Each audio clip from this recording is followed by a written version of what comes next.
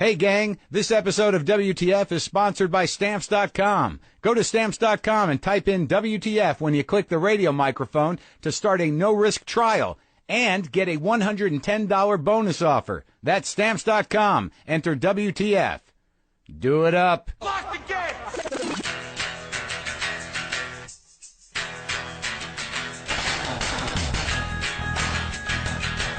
All right, let's do this. How are you, what the fuckers, what the fuck buddies, what the fucking ears, what the fucking rock and rollers? Yes, this is Marc Maron. This is WTF. This is a big day on the show. It's a very exciting day on the show, and I will tell you why in just a minute. It has to do with our guest, and it has to do with his importance in my life. Well, obviously, that's secondary. But before I do anything, if you're not watching Inside Amy Schumer on Comedy Central, you should be, my friends. You've heard her on my show. She's hilarious. And the show is a great vehicle for her. That's what we call it in show business, a vehicle. It's a good Amy Schumer vehicle. Tuesday nights on Comedy Central. There's a new episode this week, but you can check out a lot of clips and more on ComedyCentral.com. So go do that. L.A. people and Pasadena people, L.A. area. I'll be at the Ice House in Pasadena doing some time on June 2nd, trying to integrate some new stuff. I don't know if you see me there in the last 6 months. This is the beginning of the new work, but I can't say it's all going to be new work. But if you want to see me and hang out, I'll be there. All right? It'll be nice. It'll be fun. Dave Anthony's opening for me. Okay. That's that. John Fogerty, my friends. John Fogerty is on the show today. I went to his home and sat with him for a long time and talked about stuff. And I had to think a lot about John Fogerty when I was driving to his home. But I think about John Fogerty a lot. I think about Creedence Clearwater Revival a lot. I'm amazed at how fucking great their music is and was and forever will be, because it's some timeless shit, man. I mean, how often do you really listen to music that is timeless?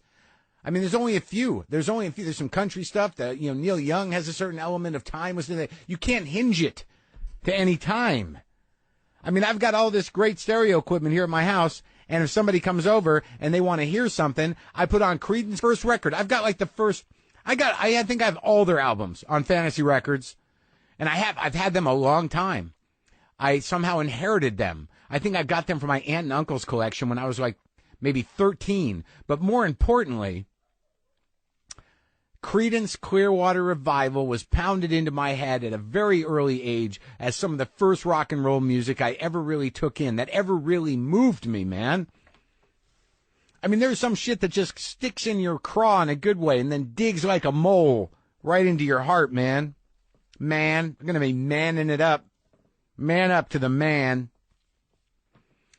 But here's the deal. I mean, when I was like, I got to be 8 years old. I don't have a lot of music recollections. I remember listening to some Bobby Sherman on a Close and Play or something, one of them briefcase turntables, but not really having a selection. I remember doing that in Alaska. So I had a selection. I had some tapes that apparently my parents weren't using. They were junking this Iowa.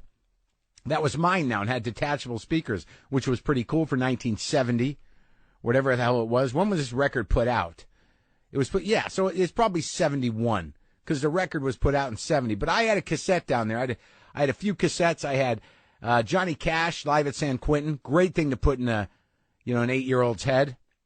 I had Bobby Gentry. I had Jerry Vale's greatest hits.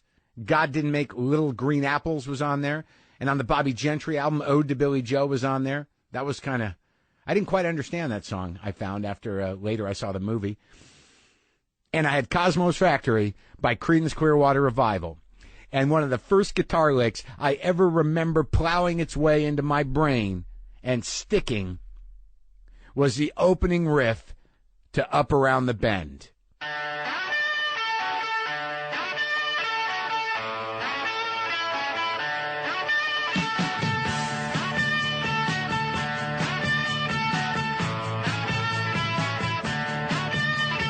It just cuts in, man. It just cuts into your head and stays there. There was a purity to his guitar sound and a purity and earnestness to his singing. And I'm driving out to his house. I'll tell you how into Fogerty I was and am, into Creedence. Like when he came out with Center Field after we hadn't really heard from him in a long time in a big way, I was excited that he got a hit, and he sounded so fucking great. I was excited. All those great Creedence songs, you know, he didn't have ownership of them because he got screwed on a deal when he was a kid by his first manager. And from what I understand, legal problems went on for years and years. But I didn't really want to get into that with him. I just didn't want to.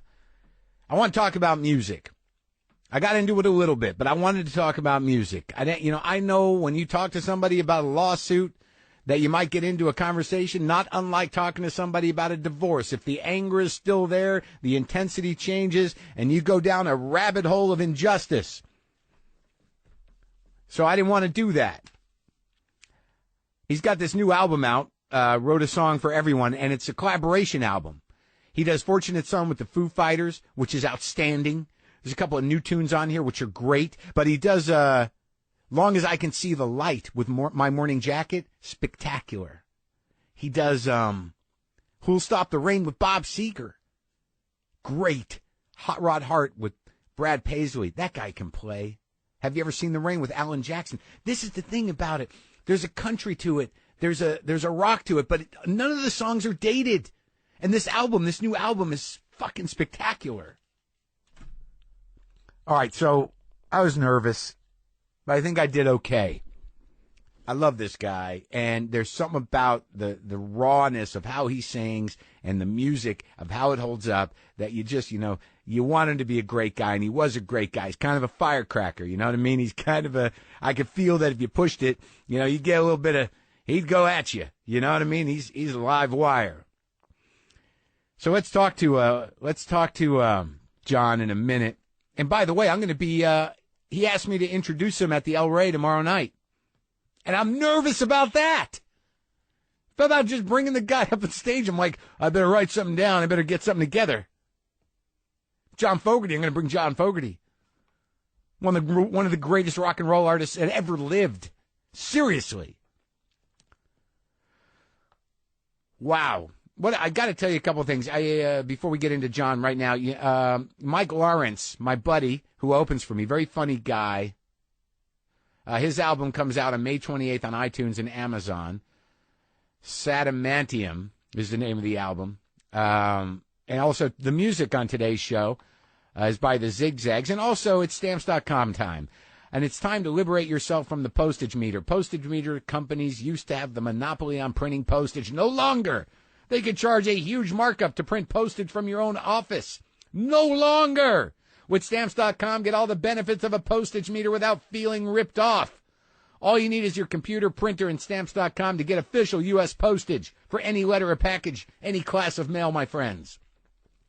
No more postage meter, no more post office. Just you and your desk and a hat or an outfit if you choose. Naked if you want. Be like me. Do it in your garage, naked sometimes.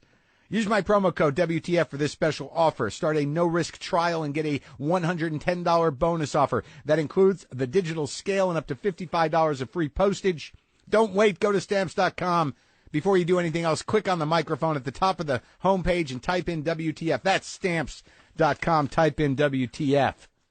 John Fogerty, man. John fucking Fogerty, you guys. Let's talk to the man now at his home.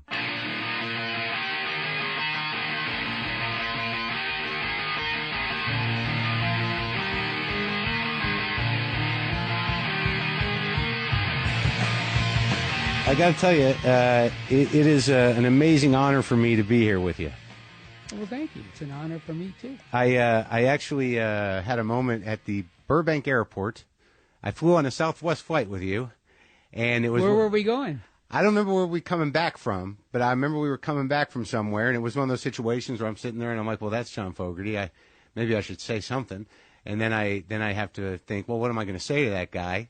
And I think I said, I love your work. And you said, well, thank you.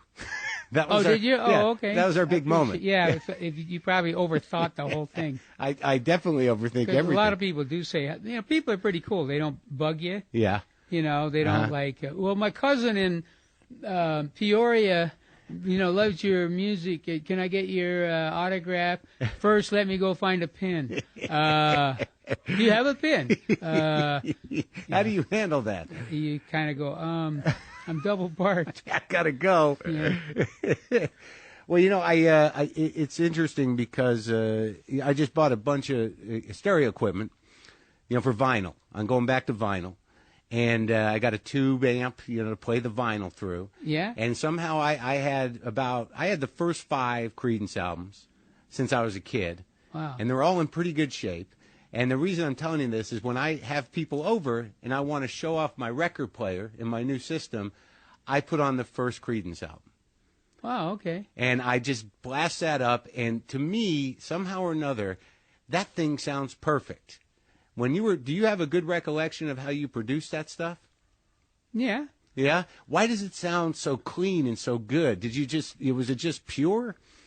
Well, I think the real answer is it's pretty simple, straightforward arrangements. I mean, in other words, there's what I discovered was that long before the records I made with Creedence, the stuff that sounds great in your car on the radio. Yeah. I mean, that's really the litmus test. That's if you can do something that sounds great in your car on the radio, you are in the high echelon of the Holy Grail of producing.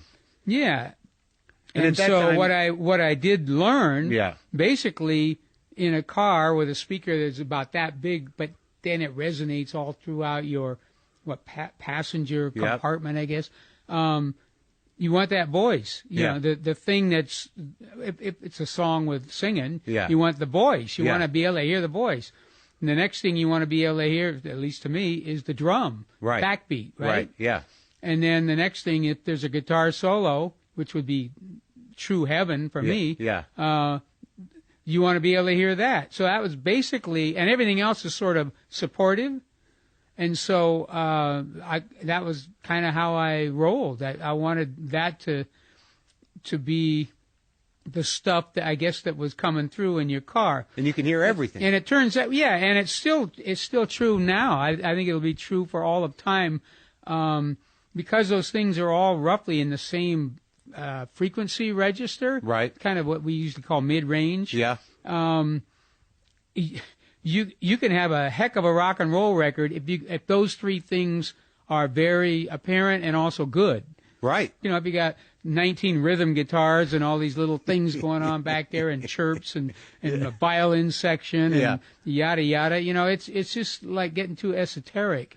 So and it's still true. The best stuff is where the voice and the drum and the guitar are right up front, where you can tell, you can hear it. And basically, so you kind of intersperse them. You don't have them all happen at the same time. It's either the vocal and the drum or the guitar and the drum, but not all of them hitting at the same time because they're all in the same frequency. That explains it perfectly, because when I listen to it, I can hear everything. And everything is its own thing, and it just kind of hangs together and perfectly. They really stand out. Think of Suzy Q. I mean, the guy, Suzy Q, and then the guitar, right? They're not at the same time. Right.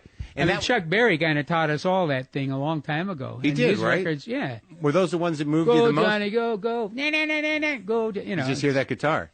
That's it. And he had a keyboard, though. That's the extra stuff, but that drum was amazing. Yeah. What were those the guys that moved you early on to sort of start making records? I mean, what was the stuff? Because when you talk about that car speaker, you're talking about back in the day when there was one speaker, and that was pretty much it. Yeah, and it was right on the dashboard, and it had to get all the way through. Stereo was some sort of communist invention, I didn't even know what that. I did not know what stereo was when I made the record Suzy Q. Was it in mono? I had not heard stereo. I thought I was inventing stereo. Yeah.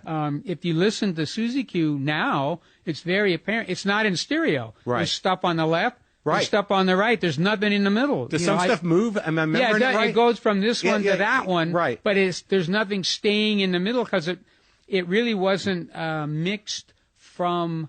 It wasn't mixed into a place with a middle. Right. It was basically from the 4 tracks, and there was only 4 tracks. Right. That thing, you did a lot of overdubbing and ping-ponging. Yeah. Where you're playing back something and adding to it, and that all goes onto a track together. The way we had to do it then. But what I'm getting at, there's only left and right information, and after living through that, I thought to myself, man, it'd be really cool if you could have something in the middle. There ought to be a knob that like combines the left and the right, and then you could like dial that like at 9 o'clock, 10 o'clock, you know. Yeah, and sure. It could go across your, what do you call it, field of vision, except this is field of hearing. Hearing, yeah. Right? I thought I was creating this. I even had I wired a little box with some jacks, Yeah, you know, yeah. in it. And then the next studio I went to that was kind of an upgrade, oh, they've already got that. Okay. Yeah, I guess I didn't invent that thing. No. Yeah. So I can't take credit for it. So when you started playing, what was the guitar you used on that first one? That's the Rickenbacker, little 325. Yeah. That's on Suzy Q. Yeah, a lot of people call that the John Lennon model. I'd always hoped someday they might call it the John Fogerty model. There's still time. I don't know. I gave mine away at the Fillmore East. Oh, really? Yeah. You just gave it to a dude? Yeah, a kid. That was a 12-year-old kid that was hanging out all the time. I don't know why he got to do that, but at the end of the last show we were going to do, you know, that run, I called him out on stage, said, I'm going to play one more song on this guitar, and then I'm going to give it to this guy. My issue was the whammy bar on it, the vibrato system was just really, it had a leaf spring like an old car. Right. And that was how the tension was done, and it wouldn't come back in tune very well. So it pull it out of tune every time. Yeah, kind of. I mean, you know, you could do a little bit of this stuff, but it was very iffy. And the bridge itself was something kind of, it had all these little Allen screws. Right, and, right. You know, it was just, and it looked like it'd been kind of punched out on like somebody in metal shop, because I had a high school shop. Was it a Bigsby or Bigsby? Yeah, but it had all these little sort of kind of World War II looking fixtures. Sure, you know? sure. I mean, I'm not really putting it down. It's just, it was, you know, I was the next generation kid coming along. Right. And that just looked kind of old-fashioned to me. Right.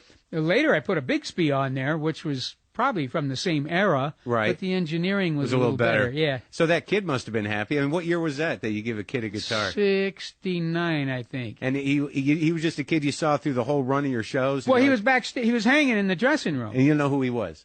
I know his name now. I don't want to say it because it'll put undue pressure on the kid. I'll tell you, his first name is Sean. Yeah. But he was hanging out, you know, and he was talking about Clapton and who else would you name around those times? You know, Jeff Beck. And I was telling him stuff like, well, man, you got to listen to the guys that they listen to. Yeah, you know, the go first back guys. and listen to, you know, Muddy Waters and listen to Albert King and B.B. King, you know, that kind of thing. Yeah. And so the next time he showed up, he had those records. Oh, yeah? The old, you know, or the next time we played New York. Yeah. Right? And so I was really touched that he had taken the time to kind of delve, you know, because he was a kid. He was 10 years younger than me, so he was just going with what's on the radio right now. And I was kind of giving him a little background, and he had done a little due diligence. So I thought I was moved to give him a guitar. Then we saw him again about 3 months later, whatever's the next time we played Fillmore East. And, you know, and it turns out, well, Eric Clapton had given him a guitar, and B.B. had given, and Albert had given him a guitar. Gave him guitars? He gotten guitars out of all these people, you know. I get your con now, kid. Yeah. So you grew up not in the Bay Area, but not far, right? Bay Area. Right in the Bay Area. Yeah, I was straight. You could see the Golden Gate Bridge from roughly where my house was, although in those days I was kind of in the flats and I couldn't see anything but the house across the street. What town was it? El Cerrito. El Cerrito. He said proudly. Yeah. When was the first time you started to really soak in music, where it had an impact on you? Right around then. Yeah, and what was that music? Well, I remember hearing Red River Valley, and I'm not sure really who the artist was. Over the years, I've said Tex Ritter. Other times, I've said Roy Rogers. All I know is I knew that song. Right. And as a kid, that really meant something. It's like I discovered that. Yeah. And I mean, that's still one of my favorite songs. You know, that's a great one to be exposed to early. Maybe there were other ones and I just don't remember them. Sure. But that was the one that I stuck. Really remember. And what made you want to pick up a guitar? Well, that's an evolution. Yeah. I mean, I'm sure I didn't know what a guitar was then. But there must have been a band that made you jump and make you say that it was a doable thing. Well, I'm sure like millions upon millions when it kind of connected to me was probably Elvis. Yeah. You know, because I wasn't playing yet. When Elvis was on Ed Sullivan, I was 10 years old. Yeah. And I remember finding myself in front of a mirror with a broom and making my lip go. Sure, snarling. Yeah. Well, his was actually on the other side of his face, but it was a mirror image, so I learned to do this side, my right, but it was really his left. No one called you on it, I can't actually do it. It's a smear. Yeah. But he would, it was just totally, it was James Dean with a guitar. Yeah, yeah. I've skipped one of the things, besides Red River Valley. When I was in preschool, my mom gave me a record and explained to me that was Stephen Foster. So, it was a two-sided little record, probably yellow or green or something. Right. 45? I don't even know. Yeah. I don't think they had 45s 78 yet. still? Probably. Yeah. But it was, small, like a 45. Yeah. She explained to me that the writer of the songs was Stephen Foster. That one side was Oh Susanna, the other side was Camptown Ladies. Races, Yeah. And so, I mean, over the years, I've just wondered, well, why did she do that? Because that's until I got to be, 11, 12, and she would talk about Irving Berlin or Hoagie Carmichael.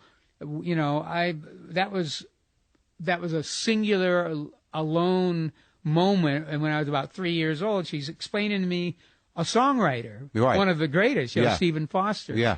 And so I was shown that you mean somebody makes this stuff up? Right. Oh. Right. Well, People do that. I don't know what she had in mind or why she did that. I really don't. It's just one of those, and I think I'm the only kid in the family that she did that to. Huh. Which is also kind of weird. Did you, how were you different than the other kids in terms of, were you musical? Did you show some? Well, I was showing music. Interest. It was just coming out of me. I was still in diapers, dancing and singing at church. Oh, yeah. Probably everywhere, but sure. I know that at church you're shh. Shh. Yeah. And they're mortified that I'm making noise, and all the other people go, giggling. And I'm singing an old song called Shoe Fly Pie Apple Pan Dowdy. Make your eyes bug out and your tummy say howdy. Anyway, cool old song. I think it was Dinah Shore, as a matter of fact. Really? And also there was the race record of it, which probably was the Ink Spots or the Mills Brothers or something. So you remember that separation of... I didn't know it then. Yeah. I didn't know anything about that. Right. So Elvis sort of, sparked you a little bit. I'd had by the time Elvis came along, even though I was only about 10, I'd had a very liberal musical education by then. I mean, amazing when I think about what happened between when I was born, let's say, and by the time Elvis came along, I knew exactly where he was coming from. I tended to like the people that were... had an edge to them? Kind of rough and ready. Yeah. I wish I could say I'd seen Hank Williams, but I don't remember that. I remember the songs, of course. Yeah. But I don't remember actually seeing Hank. I remember seeing Johnny Cash, though, about 57. He's a profound presence. When you see him for the first time and you feel the weight of that. I tell people all the time, Johnny Cash was on TV. He was all by himself. Right. There was just this guy. It was very dark and moody looking. Yeah. And here's this guy singing, I keep a close. I mean, he's way lower than that. He's almost haunting. And he was on one of those shows, like Bing Crosby or some of these guys had shows, and they'd have a million dancing girls and outfits and all, casts of thousands on the your cavalcade of stars or whatever it was. And we were used to that being kind of Vegas on television. And then Johnny Cash comes on and he's all by himself. To me, that was way more striking. Oh, yeah. Way more powerful. Oh, yeah. And with that voice and that, it was heavy, man. Yeah. I remember I have very, very vague memories when he had a TV show later on. Like I must have been you're remembering the mid-60s maybe? Late 60s. See, that he'd already had a middle period where he'd gone away. And now he was back on top. But I saw that when I was like 5 or 6. You might have seen me on that show. Wow. Is that possible? Yeah. With Creedence? Yeah. Wow. Yeah, we were down there. Really, Dylan had already taped a show, but they didn't show it yet. Right. It was the first season. Right. They had only done a few episodes, and we got to go down there and do Bad Moon Rising. I mean, that was amazing to me, because here are all these people. You know, Johnny, the buzz was all around him. Yeah. Right? He was. Have you met him before you did the show? No, I'd never. Was met it him amazing? That. Was it? Oh, I was blown away. Yeah, I walked up at one point and said, "Johnny Cash, I just want to tell you I love you." Yeah. And then I felt embarrassed suddenly. And I went, I mean, you know, in my head, you know, it's kind of like, I love you, man. Yeah. He got it though, right? I hope so. I mean, they were just flying. I mean, the dressing room. Yeah. Right. Here's Mother Maybelle and June, and everybody. June was a sweetheart, by the way. We were, I guess we were in the Ryman. Yeah, we were in the Ryman taping that thing. Uh-huh. And I remember I was just sitting in a pew, and she comes over. I mean, she was just trying to make us feel comfortable and at ease right away. I mean, it wasn't like, you know, see my agent, have them talk to my publicist. You know, she just right over and sat down, started talking and all that. She was pregnant. Wow. With their only child, I think. Anyway, in that dressing room, sitting in there waiting to do stuff, besides being shown what a dobro was firsthand. Oh. Who played that for you? Taylor. Uh-huh. Okay. He showed you how it worked and everything? Yeah, oh yeah, that's why I got one. Oh, they're amazing, So right after that, as you know, I kind of worked it up for looking out my back door, right? Right. But anyway, gosh, in that room was Roy Orbison, Carl Perkins, Statler Brothers. They were all there when you were there? Yeah, they're all sitting in the joint. We're telling stories, you know, or I'm hearing stories from the 50s. Wow. You know, all about Elvis and Roy and Johnny and Carl all touring, you know, the country with their hit records and all that. You'd covered Roy, not yet, but you did one cover of a Roy song, right? Did Ooby Dooby. Yeah. And that before you met him or after?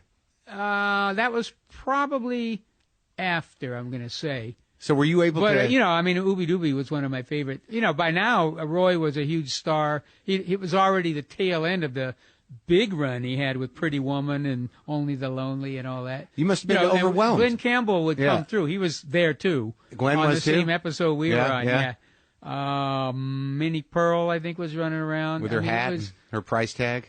Yeah, exactly. The whole thing. So it was like chaos, but these are all your, a lot of your heroes. Yeah, but these were like the kings of the rock and roll that I'd grown up with. Right. That must have been overwhelming. Oh, it was amazing. Were you able to talk to anybody? Oh, sure. Yeah. Oh, no, they're the most down-to-earth people you'd ever want to meet. I'm quite serious. You know, Roy talking all about, you know, basically on tour at the same time Elvis is on tour, you know, and Carl Perkins talking about those times The too. Sun Records stuff? Yeah. And just talking about how the music was made, that sort of thing. Because you feel like I'm finally here, man. This is it. Oh, I felt like a little kid. You know, I tend to, that's my personality even still. Sure. I'll meet somebody that's, you know, 35 years younger than me, and they're, you know, a big star, and I'll just be gawking like a little kid, you know, and I'm that way with Brad Paisley. Yeah. You know? Well, you're still a fan. Show me something, you know, how do you do this little thing, you know, and I want to learn how to do it. That cut on the new record is crazy. That's him on guitar, right? Yeah. That is crazy. Yeah. He's phenomenal. I can't even, like, I play a little, but I'm just a sloppy blues player. But when you hear stuff like that, you're like, oh my God. Well, that's how I felt even as a kid. Yeah. You know, when I was little, I always kind of bemoaned the fact that I didn't have like an Uncle Harley or something who had been in a country band, you know, in college and you know, played mandolin and all that stuff, and it could show me that stuff because it was always a mystery to me. Right. You didn't have the. Well, I wanted to be able to. I mean, my you might say my idol in those days was Chet Atkins. Oh, he's amazing. Yeah. I mean, in other words, that was within my realm of stuff I liked. Right. But yet was what I considered the top of the mountain. I knew guys that played jazz and classical and, you know, other forms were also really good, but I wasn't interested in that music. And also the focus it takes to be a virtuoso is different than playing with feeling necessarily. Like, you know, sometimes I think you can have both. No, I do too, but like sometimes just the raw feeling without complicating it too much it just moves me. Well, yeah, look, that's a good cop out. Sure it is, but you know, okay, well, I mean, as a guitar player, I'm going to use that cop out. No, the deal is, so I grew up I would study the songs that I could figure out. Meaning most of them were the rock hits. All the music of Duane Eddy and the Ventures and all the Honky Tonk even, which Honky Tonk, if you're going to really play like that was Billy Butler. I didn't know it then, but that's an amazing. I knew that whoever that guy was sure has he has ability and there's subtlety. There's a lot of technical ability there. It's got that little walk down, country walk down. and so I mean it takes years to really be able to play it like how it's played. I'm talking about the Bill Doggett record. Right. Now a lot of rock and roll guys kind of, let's say, straightened it out and played it a little with less finesse and more just raw. The Ventures kind of did that, and they put it in the key of E instead of the key of F. With F is really hard.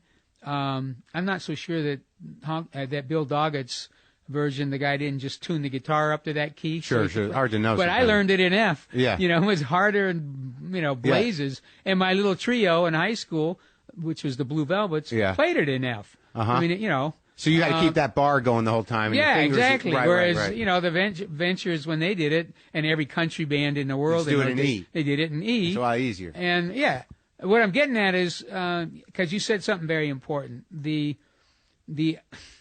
put it this way, you're going to move a lot more people if you play with emotion and passion than you are if you play with technical bravado. Right. It's just the nature of the beast, and certainly even still, the thing that gets me first is emotion. If I can hear a guy play one note, like Albert King. Right, exactly. You can close the book and go home because you'll never be able to do what he does. Right, but you had that. But there was still some part of you that had an insecurity about the virtuosos in the sense. I wanted that. Yeah, I mean, and I would have grown up.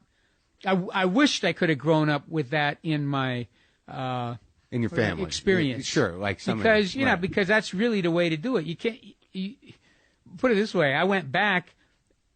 Probably I started I took up the dobro at the age of 48. Right. And that was kind of the beginning of, okay, dang it, I've waited long enough. I'm going to figure out how to do these things I've always wanted to do, and there's no more excuses. I don't have an Uncle Harley to show me the banjo and all that. I'm just going to, in other words, in the olden days, to play something that was difficult, even like when I did the original Blue Ridge Ranger thing, I would just kind of make up a part which was over my head and then practice that little part until I could sort of play it authoritatively. But but it was yours. You made it up. You made, so you just applied yourself. And I mean, that's kind of what I did even on Looking Out My Back Door, and so I could play that little part, but I couldn't really play the instrument. Yeah, but you bring your whole sense of emotion and feeling to it. So, the dobro, it's an open tune. You can just slide that thing up and boom, you can hit it. But what I'm getting at is starting at when I was 48. Yeah. I decided, okay, I really want to learn how to play this. And that means it's a mirror image, it's a reverse of the other way. Sure. I'm going to keep practicing this thing until I'm good enough that I can play something. Right, I get it. I get it. About halfway through that process, dobro is an interesting story. I was well into dobro. So, to me, for some reason, this was the key or a key. And I didn't know why or what, but it was a key. Yeah. So I stuck with that. And of course, I was driving my long-suffering wife, Julie, kind of crazy. Yeah. She's a dobro widow because, I'd go and I got to practice on, and she'd go, I'm sure it sounded like skinning a cat or something. And just, why don't you ever play a song? Yeah. Well, no, I got to learn, because I'm trying to get the picking going. Yeah. So anyway, midway through that, process, kind of near the end actually, as I was starting to get good enough to actually play something, I came up with a cool lick, a dobro lick. It was my own lick, right? Yeah. And right as there were some kind of occurrences that I used to run away to this place and write songs up at the Kern River, and I'd stay for 4 or 5 days and write songs for what was going to be Blue Moon Swamp. Then I'd come back, and of course Julie and I missed each other and all that. And she'd say, "How you do?" And I said, "Well, I got a couple songs, I think, And one time I came home and I had that lick, right? And basically, I came home, I think, on a Sunday because we're going to take the kids to school the next day. Yeah. And I kind of either laid down and went to sleep, or I didn't fall asleep, and the idea for a song came into my head with that lick. Wow. And I'm laying there, with Julie right next to me. Yeah. And the idea, it was basically the song Joy of My Life, right? And so I'm just laying there right after a trip I'd had at the Kern River. And basically the whole song, which is kind of what had just really happened. I tiptoed in the room. I know you got to have your rest. That's the first line of the song. Right. We had little boys, and Lindsay, their older sister, who were just kind of all rolling around on the carpet. It takes a lot of energy, especially from Mom, to keep after all that. Yeah. So she really did needed her rest. So the idea and a lot of the words for that song came to me while I was laying there in the dark, thinking about how we had just seen each other after a week apart or so. And I wrote the song, basically. And there was some irony to that in my mind. The next morning I woke up and realized I'd just written a love song. It's really my first love song ever. Oh, It's a beautiful love song to my beautiful love, Julie. Right? And she earned it, right? Yeah, but it's just so ironic that it's on the dobro. Right. This thing that was sort of a bone of contention, at least in our relationship. What's going on? I turned her into a dobro widow. And you made up for it. And well, I sprung it on her at a variety show at school. That was the first time anyone ever heard that song. Oh, really? Yeah, I asked we were doing a little variety show with a few musicians, and it's all children and their parents out in the audience. And I asked the guys in the band, I just want you to leave the stage for a minute.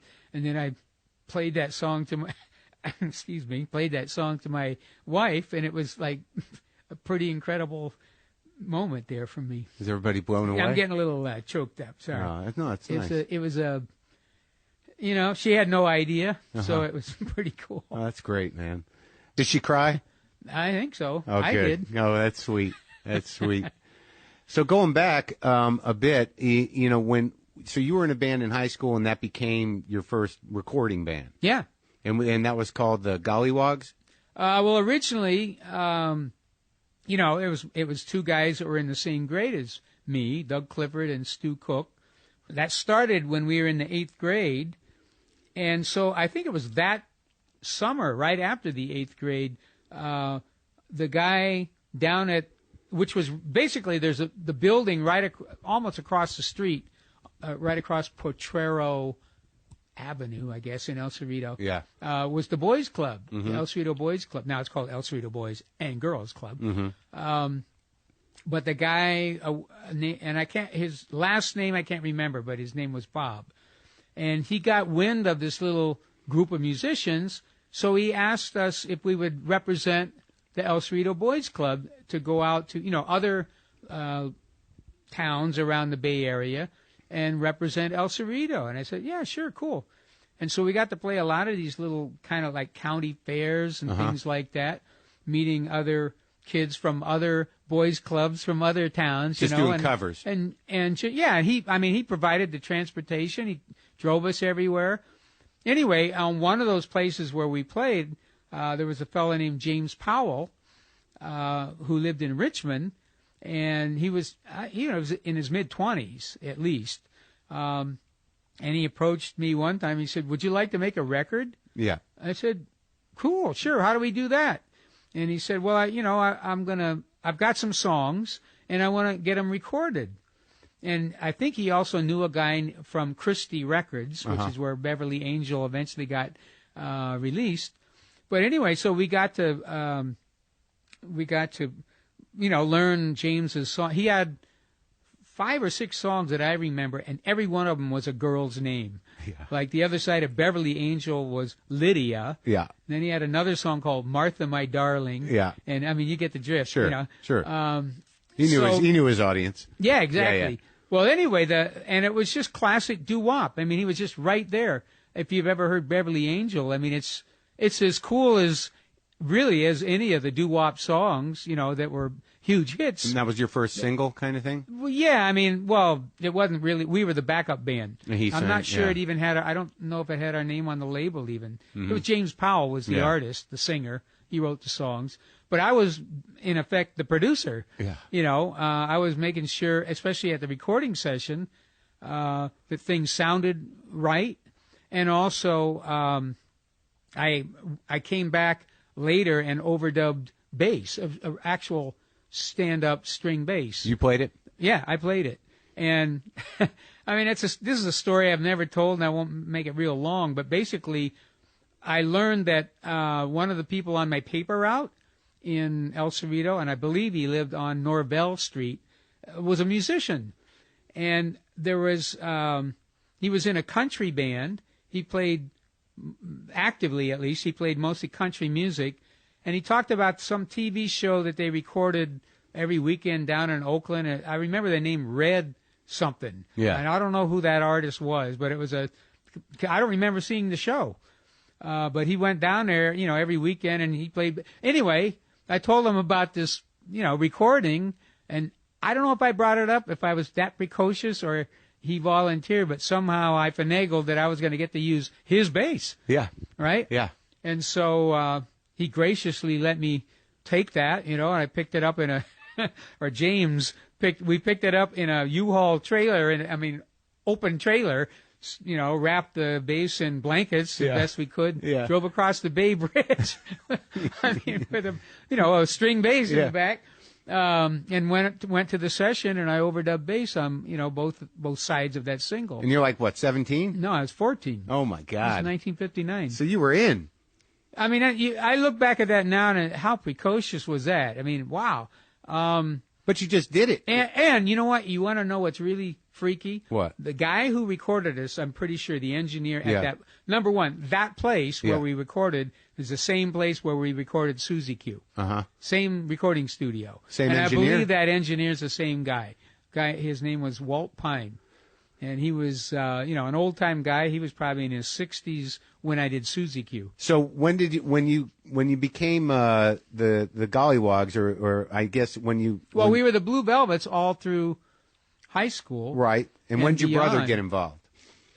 Well, Tom was kind of involved off and on with me because we were brothers. Sure. You know, so we both loved music, you know. Tom was a little bit older, so he had made some records, or had been on some records before Beverly Angel, I think.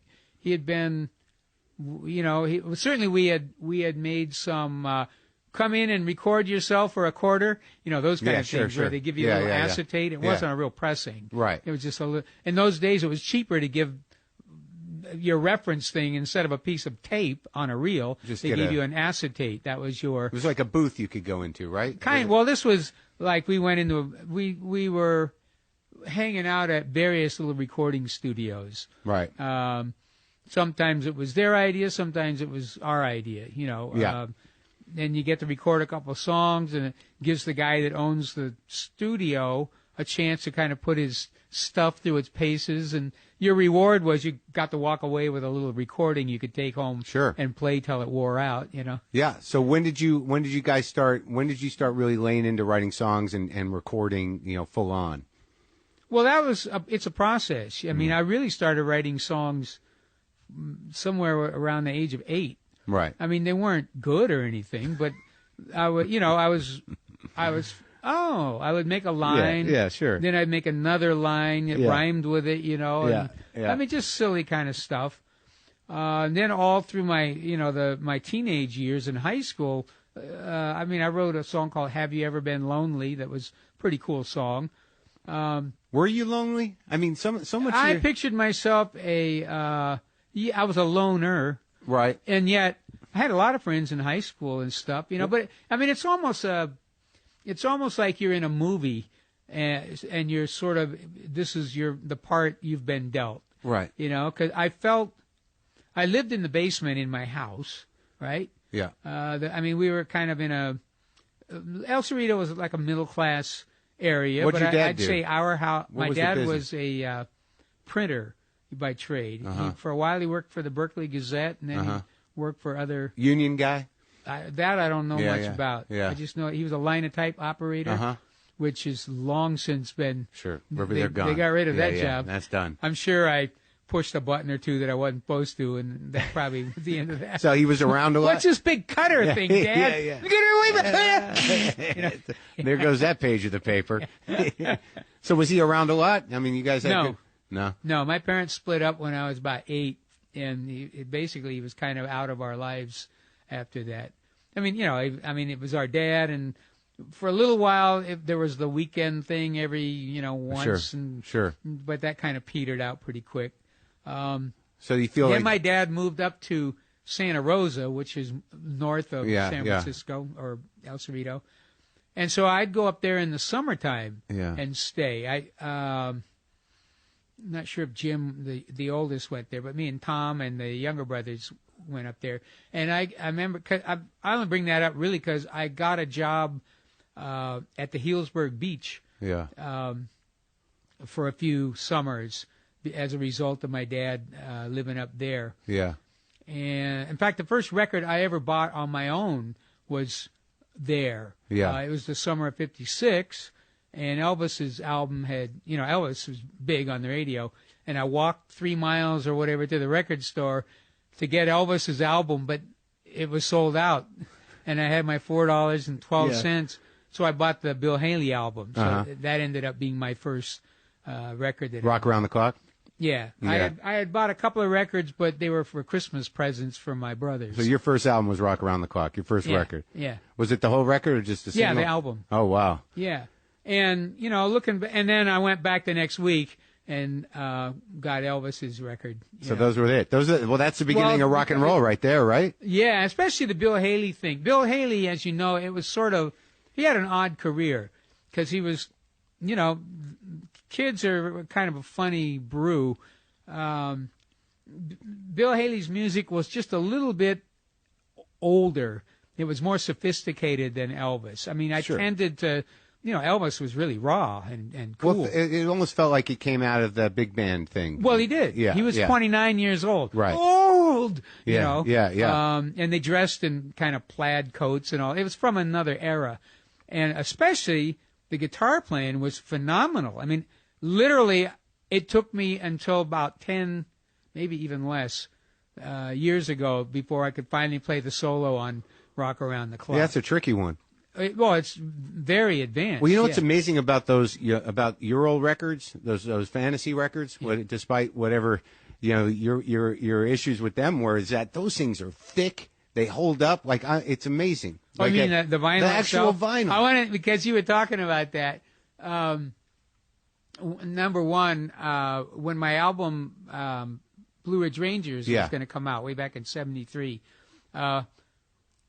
the pressing was, how can I say, it was defective. Yeah. There was this thing on it. Right. Right. It was kind of it was a berm. Yeah. Yeah. And I actually had people walking up to knocking on my front door with their little kid, little 8-year-old Johnny, and the dad is saying, "Well, there's this thing on the record, and it hops and skips." Yeah. It's about the size of a walnut. And Yeah. I mean, basically, the They wanted you to consumer refund coming it? to the producer and complaining, instead of complaining to Saul frickin' Zantz. Yeah. Right. And so I took it to heart. I said, "Well, shoot. Maybe my record would do better, number one, if it wasn't defective." Right. So I kind of got way into this thing, went down to RCA Victor where they were Pressing. pressing, and all that was done there. And I mean, all during the Creedence time, I had gone down there to actually master the vinyls, right? I mean, I was present when this happened. Okay. So now I've gone down and I've determined that, this is kind of a secret thing. Remember, Elvis had his Aloha from Hawaii was just out, whatever, right? And so I learned that RCA at the time, and if you used their services, it would be what you could get too. They had 4 different grades of vinyl. There were 4 different levels. Right. Elvis got the very highest grade for that album. Although that was Elvis. Yeah. And guess which grade my record was being printed on? Yeah. I mean, dang, Yeah. And the other thing I wanted to say about that was, I think when Pendulum came out, they had come out with a new. Remember, this was the only medium then. There was no CDs, there was no no cassettes, other no thing. nothing. It was just Right. vinyl records. Right. And so they had come out with a new high grade, they said, flexible vinyl, right? And it showed a picture of somebody in Life magazine or one of those taking their LP and going whoop and holding it, in one hand, kind of bent over like a bonnet or something, right? Well, I started getting letters from fans of Creed and said, I tried what I saw. It broke. It cracked. I want my money back. Well, it turned out it was the same thing. It really wasn't that the vinyl was more flexible. It's just that they were now saving pennies by using less. Right. So it was skinnier. Right. Yeah, I mean, they were turning, in other words, a cheap-ass, economic move into a marketing ploy. Say, see, it's more flexible. But it was garbage. Yeah. Well, let's go through like the new CD. This one the one that just came out. I wrote a song for everyone. You collaborate with some pretty amazing people, and you made certain choices. I imagine you chose these songs. No, you didn't. I chose. Here's how it all started. Yeah. I'm sitting in our family room, basically with my family. Yeah. And Julie, my wife, just suddenly turns to me and she says, "Why don't you get a whole bunch of the people you love and sing your songs?" Right. I mean, she said it as simply as that. Yeah.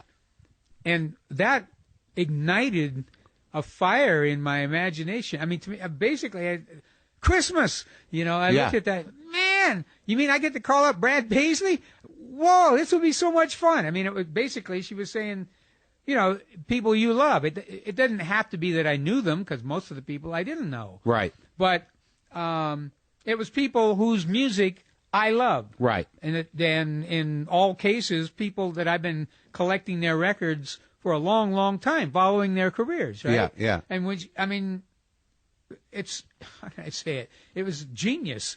Instead of some record company guy saying, well, why don't you get the top 10 or the top 3 artists in each genre? What do they call that? There's a military word where it goes across logistics, something like that. Yeah. Anyway, this was not that. This was my wife saying to me, why don't you get people that you love and sing your songs? Yeah. It just sounded like a great, fun idea. It's a great album. The premise became, as I talked more, over the next few days and time forward with Julie, basically, we'll contact the artists, see if they'll do it or not. Obviously all the people here are the ones who said yes. There were some others who, because of scheduling and all other reasons, couldn't be present. But once somebody did say yes, the first thing I said was, okay, now you choose the song you want to do. Really? Yeah. That's and beautiful. then the second thing I said was, now I want to, after you've, go ahead. You don't have to tell me right now. Think about it. Yeah. And then when you've decided on a song, let's talk about the arrangement. I want you to, come up with your vision. Have some kind of something that you want to do. Let's don't just re-record the old record over again. Who needs that? Right. My idea was, let's make some new music. In other words, let's have fun and be creative. Well, that's the amazing thing about your songs is that they're timeless, and there's very few people that have achieved that.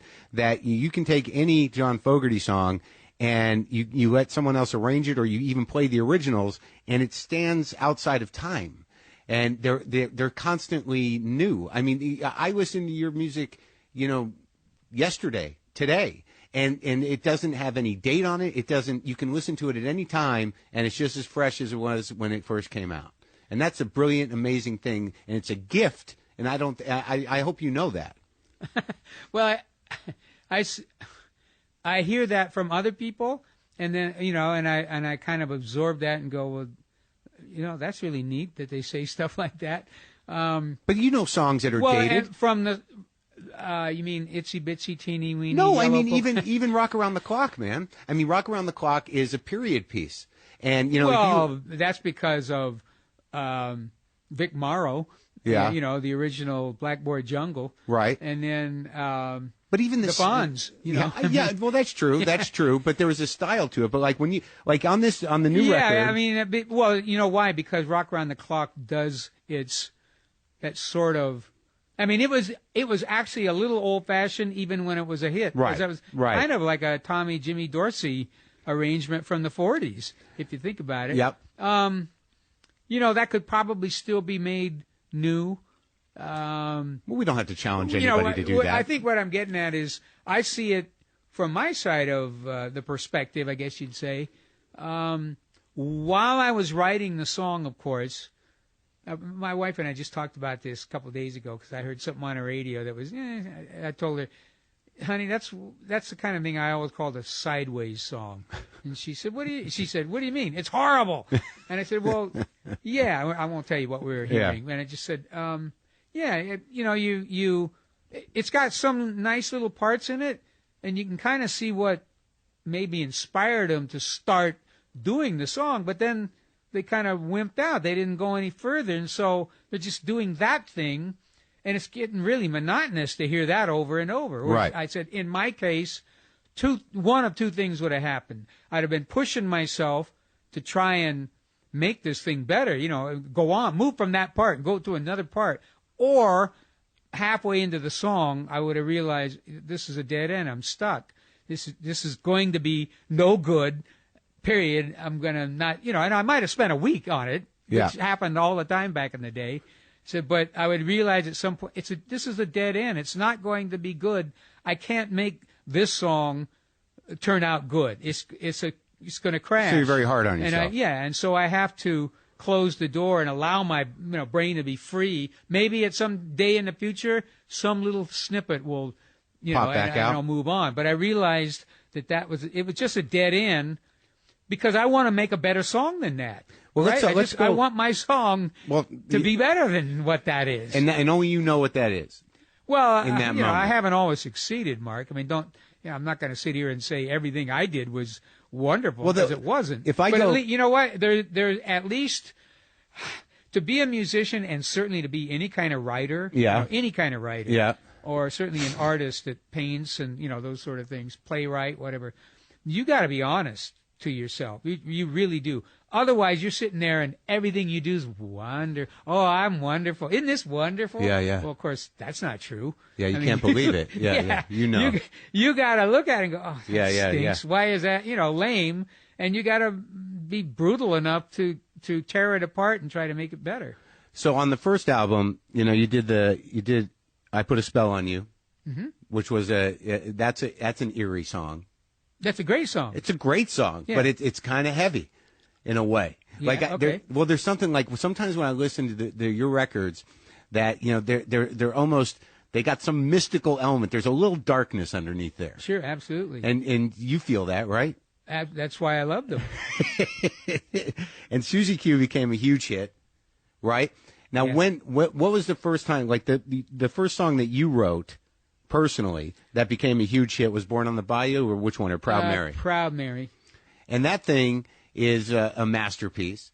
Yeah. And because I feel that there's an urgency and there's a certain menace to your voice that just plows into your head in a great way. Now, can you identify where that comes from? Well, the simple answer is growing up hearing incredible voices on the radio and the records I would buy. Yeah. If you're speaking strictly of the vocal part. Right. I mean, I grew up, one of the people I really loved was Howlin' Wolf. Right. Oh, and yeah. I just, I mean, it's very obvious even. It's pretty clear in some of my vocals that I was very influenced by Howlin' Wolf. Some of the other great soul singers of that time, Wilson Pickett, Little Richard, obviously. Yeah. They had that. They had a thing in their voice that was more than just singing good, and like Bing Crosby. My mom loved Bing Crosby, and I grew to really love Bing Crosby too. Yeah. And of course, that would be called singing. That was really great art. But when somebody could insert that other thing, put it this way, Bing Crosby's fans would never allow that. Right. And I'm sure his record company wouldn't have either. That right. was, that was a different audience. Yeah. But the thing that Little Richard had and Howlin' Wolf, when they'd put that extra edge in their voice and yet still sing. The way Wilson Pickett did it, it was basically screaming in tune. Yeah, right, sure. I just really loved that, and so I went after that. I mean, I was just a little white kid from middle class El Cerrito. I wasn't born there, but in a sense, though, I think, how can I say it? I created my own environment, or the environment was there. All I had to do was let it be revealed to me. Meaning when I would hear Howlin' Wolf or Little Richard, or a lot of other guys that I really loved their voice, and try to emulate those people, try to be like that. And when you did, like, on Green River, when Bad Moon Rising came out, and because Fortunate Son came out later, but when did you start to realize that, that you were becoming somewhat of a voice for the Vietnam War era? Boy, it's interesting. Put it this way: the first album, which had Susie Q on it, and by the way, even though I wrote some songs on that record or that album, Susie Q and I Put a Spell on You and 99 and a Half were certainly the best songs on that album. I listened to 99 and a Half over and over again. Yeah, I mean, it was my songs were, and I think Porterville's on that album. Yeah. My songwriting was right on the edge between the guy who wrote teenage love songs when I was in high school, sure, and the guy who was going to figure out a way to apply his brain, his feelings, even his own philosophy, what he was seeing in the world, to somehow incorporate that into the song. Yeah. Having grown up through the first wave of the rock and roll era, you're sort of emulating, and of course the R&B era too, you're emulating your heroes. And yeah. They were all kind of Tin Pan Alley right. songs about fairly normal subjects. Porterville, by the way, on that album, though, that was a song that started while I was in the Army, on my active duty in the Army. And were you drafted or you joined up? I was drafted. Yeah. No, there was no way I would have joined. I mean, I was very anti, like most people in my generation.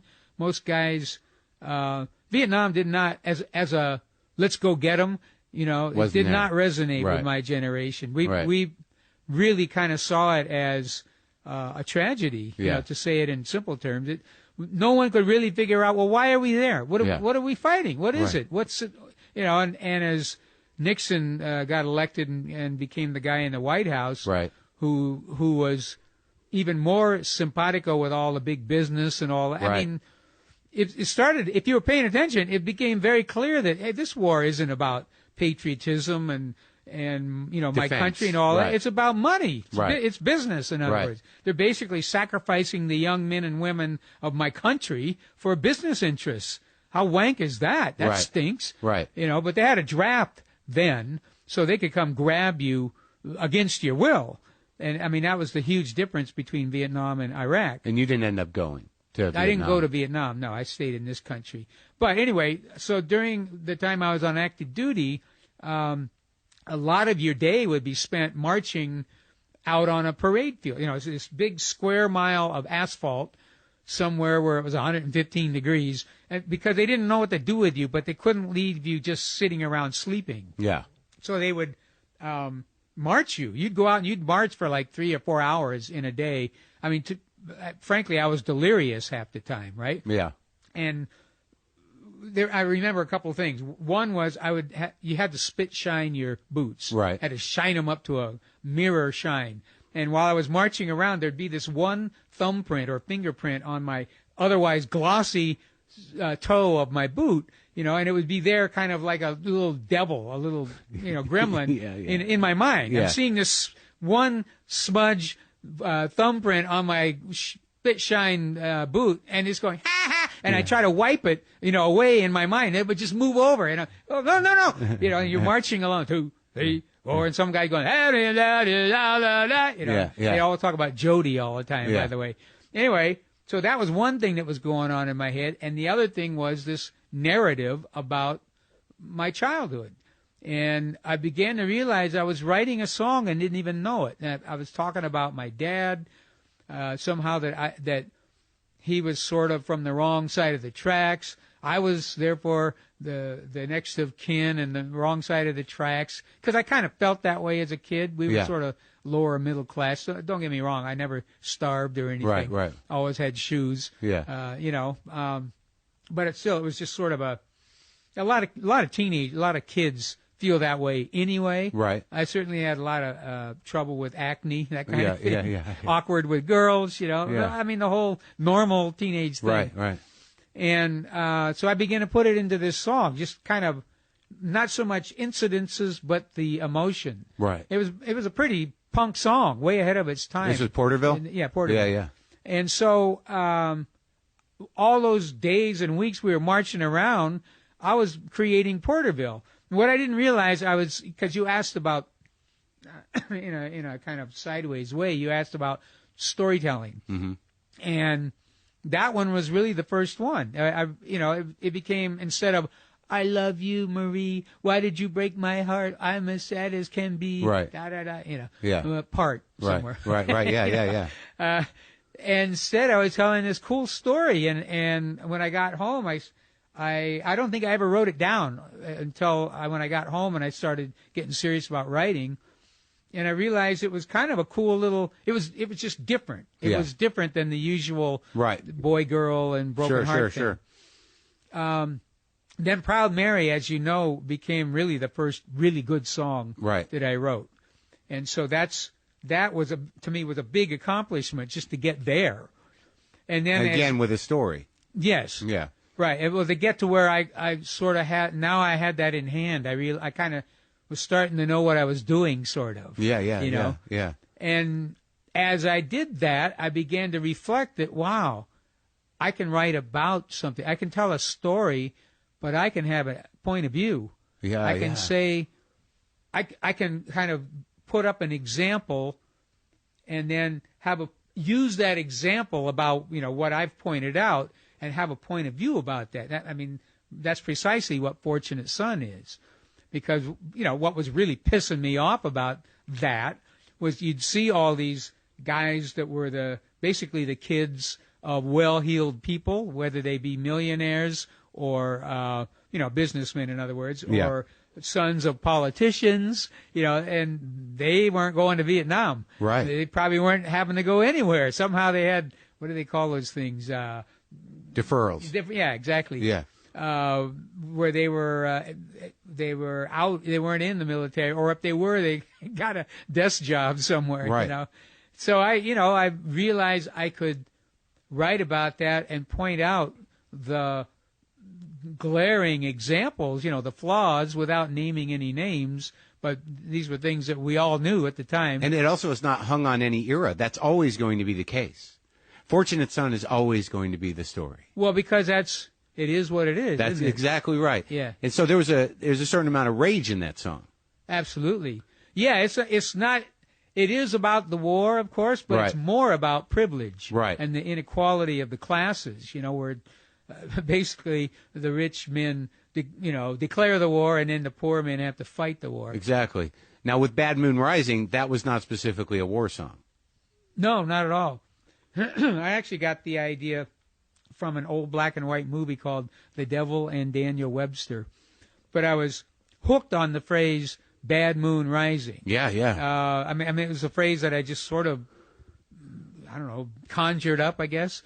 There was a lot of talk back in the late 60s about, it was a lot of astrological stuff. People walk up to you and they do the peace sign to you, and then somebody would actually say, "What's your sign, man?"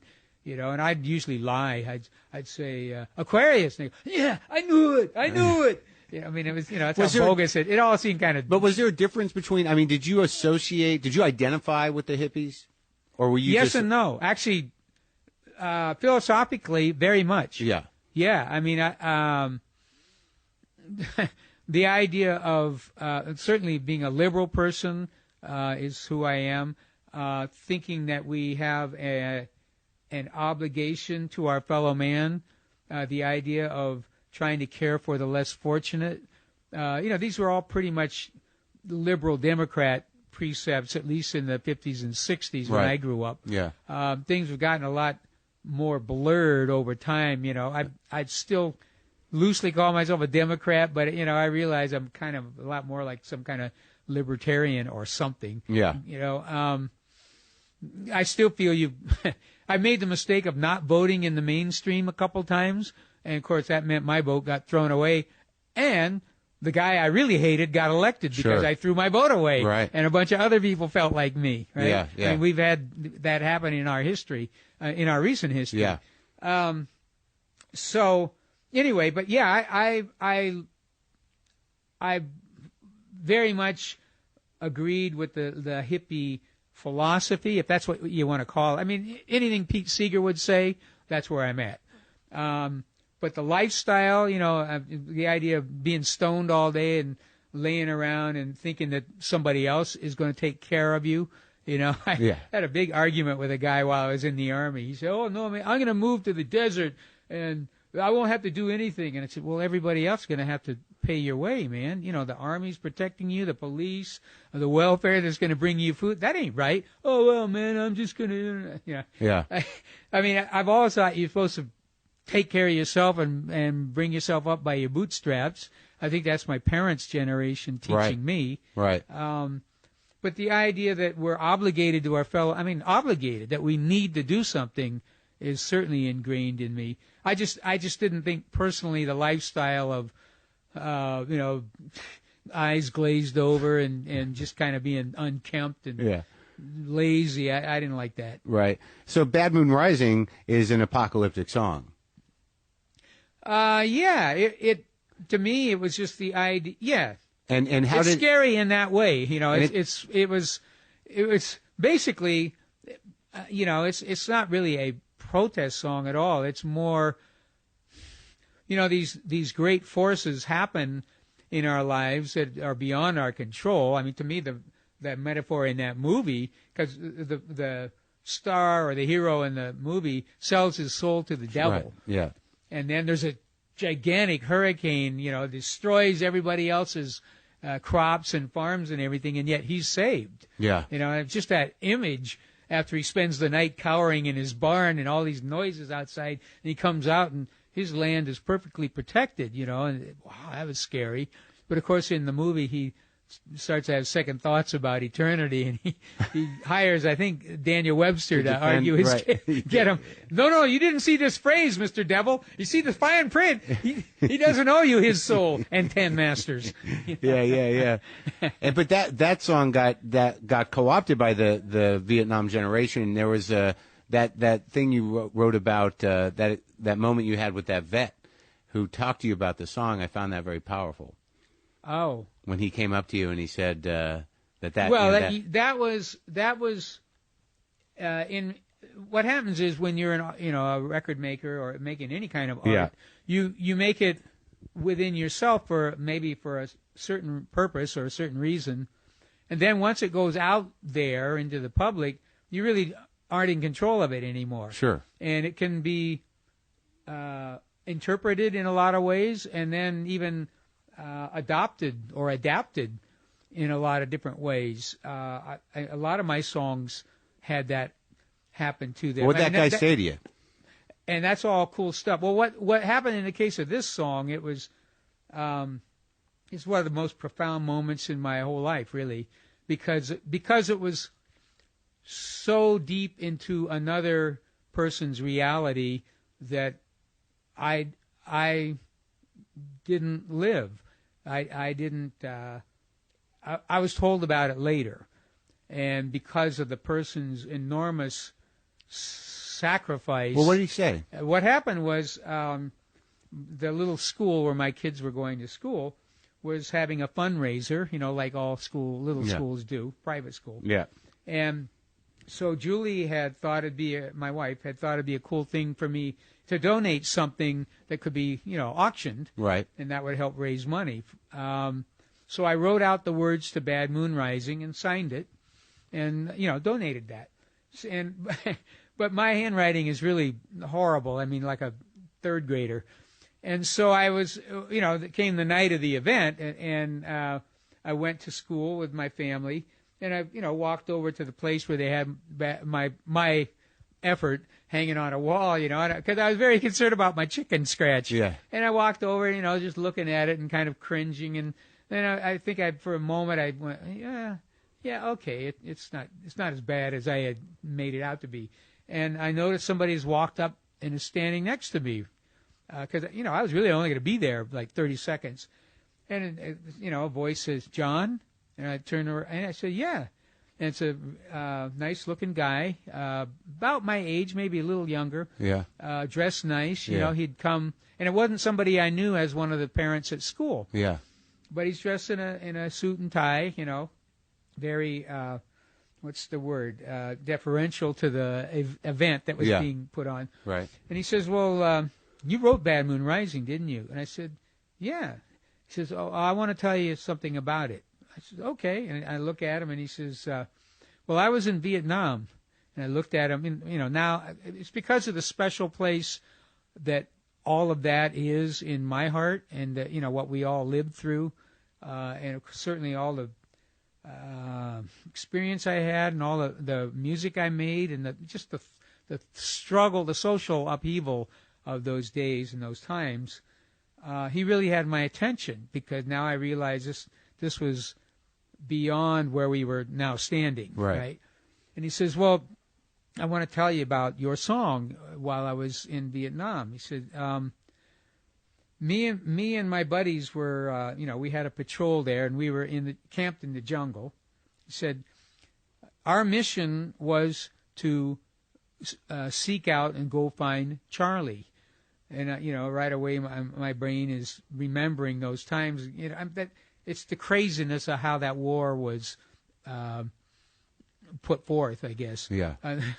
The enemy is on his own turf in the jungle, and we're in there as, campers, tourists, basically, because we don't live that way, and we're supposed to go find him, right? Yeah. Well, anyway, so this fella says, so my unit, our mission, our orders were to go find Charlie in the jungle. And part of our orders were we were to go at night. And I'm going, I look at him and I shake my head, oh, my God. Yeah. And he says, so what we had to do, every night after it got dark, we'd have dinner. He says, the idea was we were supposed to go out into the jungle. And he said, it's just my little patrol. We called ourselves the Buffalo Soldiers. Yeah. And I thought, really? He says, well, we were... I said, in my mind, without verbalizing, I knew that that's a sign of bravado. You're sort of hoisting yourself up against this almost suicidal mission that you're on. And he says, so we would turn on all the lights in our encampment. We had this PA system. And so we would turn it up as loud as we could, and we would play Bad Moon Rising at the top, the highest volume we could play just before we went out into the jungle. And I said, you're telling everybody that you're coming out into the jungle? And he said, yeah, that's right. I just looked at him in awe, and I said, wow, I'm glad you made it through. I wish I could tell you the man's name, because he's a hero in my mind, and certainly one of the more important guys I've ever met. I kind of turned away. I think we shook hands. I turned away and looked at the thing on the wall. When I looked back, he was gone. And it was just, one of those things, how can I say it? If you think about that, even for 30 seconds, you realize that's so many people, so many millions, really, hundreds of thousands at least, of soldiers' stories that lived through that time, that they were given a wacky set of instructions that they had to do. And so they did the best they could. Yeah, and that was, you had no idea that could have been until that guy told you. You had no idea that your song was just out there, right? And that platoon drew strength, from. Well, I'll always remember that Yeah. It was a Buffalo Soldier. That was some guys with their own official, how you make it, right? Sure. They realized that they were an island in eternity, basically. I mean, that's what you are, you know. They've sent you over there for this crazy thing. You can't really refuse, or they'll put you in the penitentiary, you know, and you'll be shamed. Yeah. The horrible thing about all of that was that the American public wasn't smart enough yet. That when those guys came home, of course, they were all treated horribly. The public at large was against the war, but the administration at the time managed to join the concept, the clash of ideologies together, so that it made people think they were against the soldiers, and they were not. They were against the policy. These poor soldiers were just simply doing what their country asked them to do.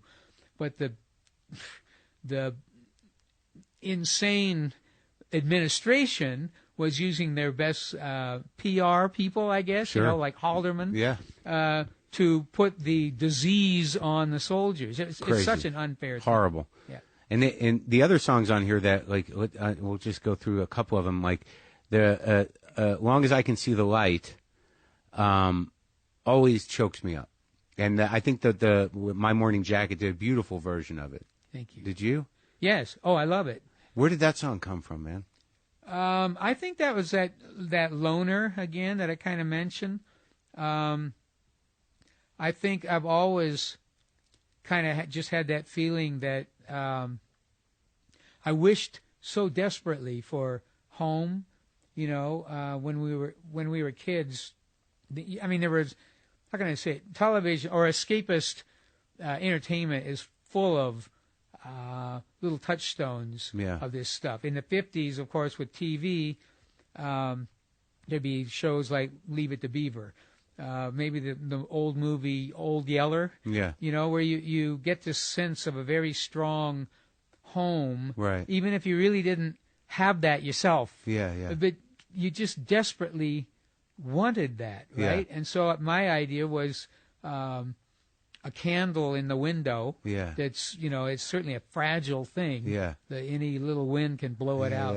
And the idea that I would be able to find my home and get back home, no matter how lost I might be, as long as that candle was in the window. Now I do want to tell you, even the man that wrote that song was a pretty sad man internally. That man being you at a different time. Yes, and I found my home. My beautiful wife, Julie, gave me that.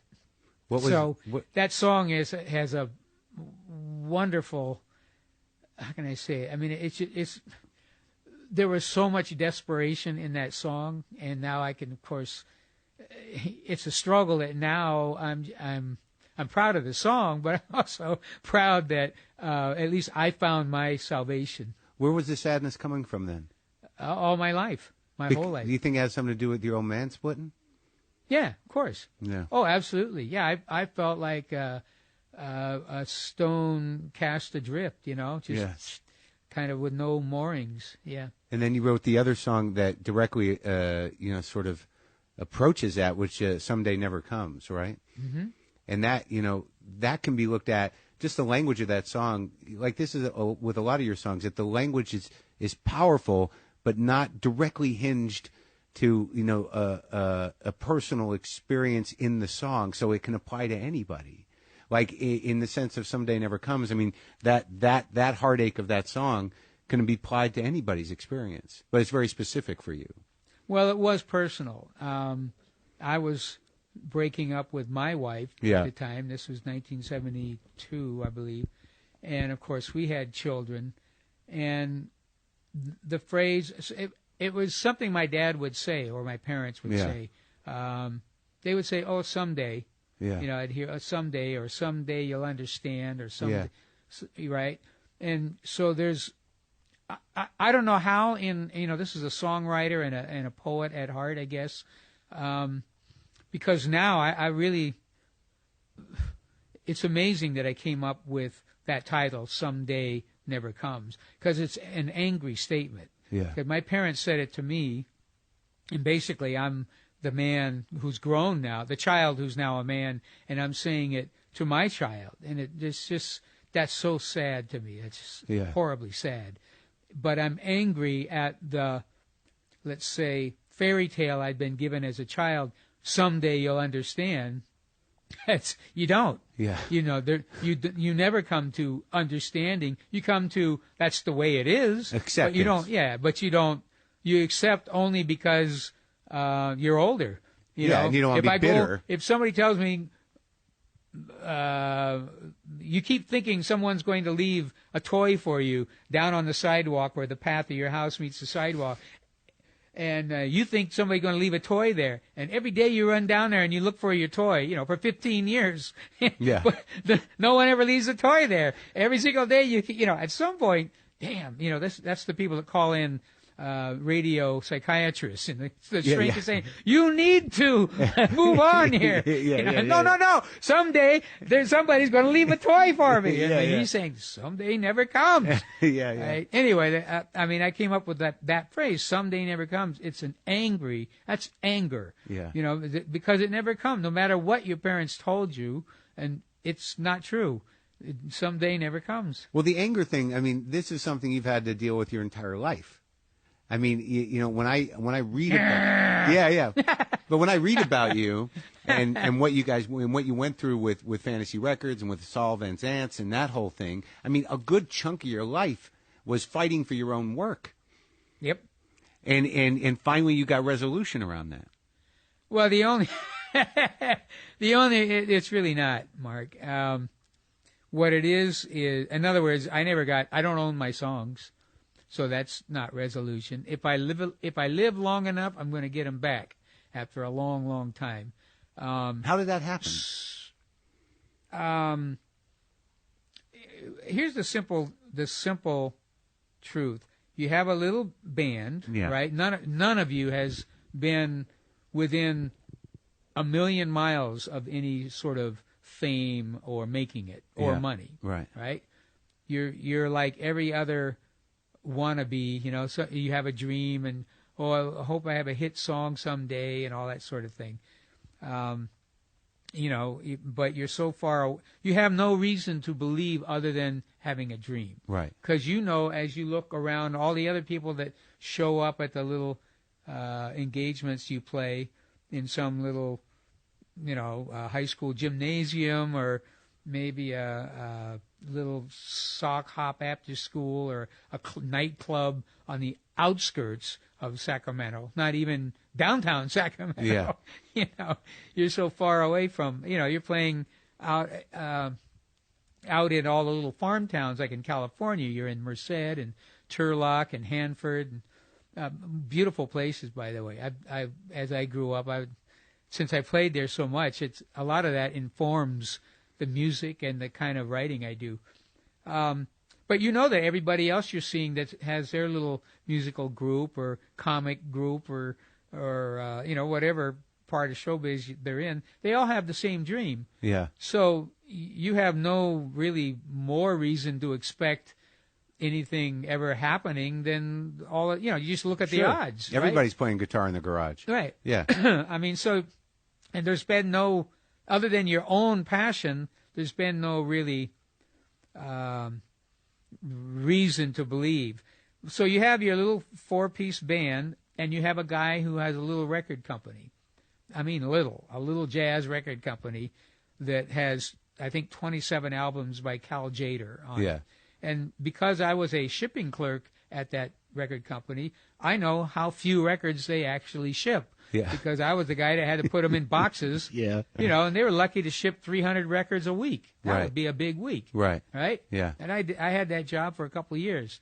And so as you look around the 5 of you, and you're talking about this dream, and you're all talking about it like you're equal. Yeah. Like, we're all in this together, boy. If we ever manage to hit the big time, boy, we'll all, be on the good side of on the wealthy side of the street. The gold will finally come to us. We'll share and share alike. Everybody's talking that way. Yeah. And so as you see your bandmates and this guy who owns this little tiny, tiny record label, you believe that to be true. And when you sign a contract that says you're all sharing, or he's owning the songwriting and the arranging, and he's owning the masters and all that. Not that I really even read the thing. Right. But you talk about it verbally. And one of the questions was asked, well, how about if we ever, make it? I mean, we have a hit record. And then the man who owns the label says, oh, we'll tear this thing up, and we'll all share in this equally.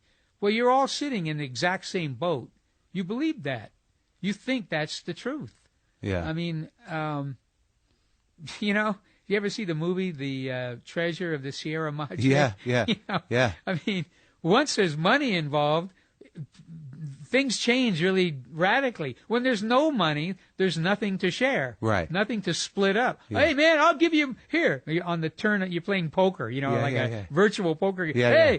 I'll bet you 50% of my share. Yeah. Whatever, it's worth nothing. Right. Right? Right. I mean, you're kind of talking that way because you all have a dream. Right, right. And you're all being nice to each other. Yeah, yeah. You don't know that You can't one trust day, that guy basically because of your own efforts, mostly, things are going to drastically change for these other people.